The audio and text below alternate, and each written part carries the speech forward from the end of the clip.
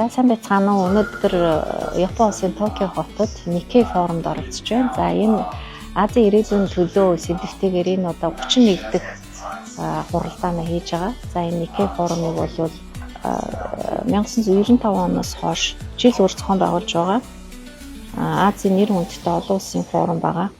За энэ форумд Аз номхон далайн бүсийн улс орнуудын төр засгийн тэргүүнүүд, сайд нар, за олон улсын байгууллагуудын удирдлагууд, одоо маш нэр хүндтэй эдийн засагчид, академик хүрээний төлөөлөл оролцож, бүс нутгийн аюулгүй байдал, эдийн засаг, худалдаа, геополитик, цахим хөгжил, доктортой хөгжлийн асуудлаар хэлэлцдэг.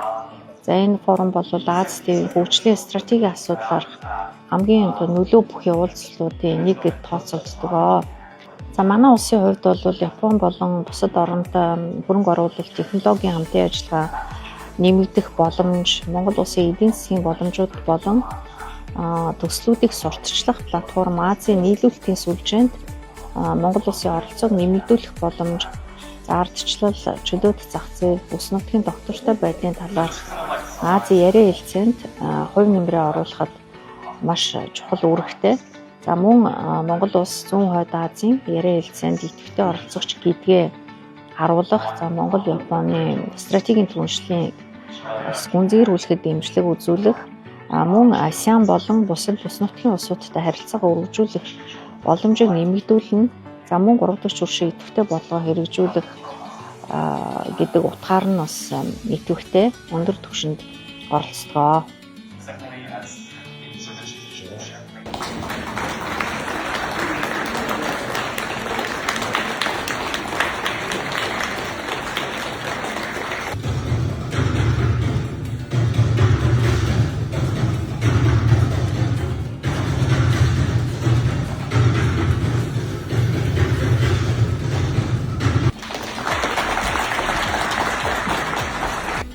Building resilient and sustainable energy systems require diversification, innovation, and cooperation.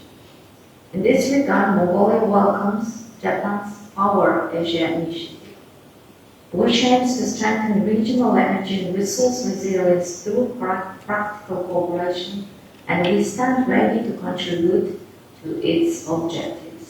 Sustainable prosperity depends on investment, education, healthcare, innovation, and human capital. Mongolia greatly values its partnership with Japan in this area.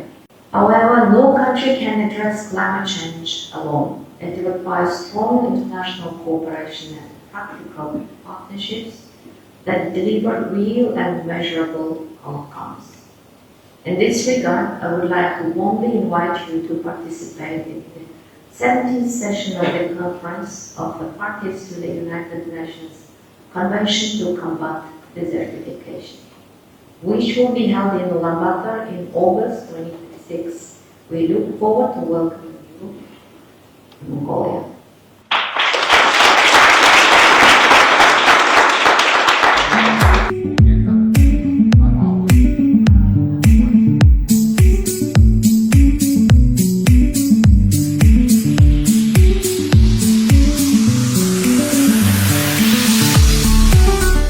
За ингээд Япон улс одоо манай маш чухал 3 дахь хөршийн танд ордог. Тэгээд энэ улстай бас одоо энэ форумд оролцсноороо бас хоёрлын уулзалтууд хийж бас 3 дахь хөршийн бодлогынхаа хүрээнд хэрэгжүүлэх томоохон эдийн засгийн төслүүдэд ярилцаж, ойрын ирээдүйд болох өндөр дэд хэмжээний айлчлалуудын товын талаар ярилцлаа.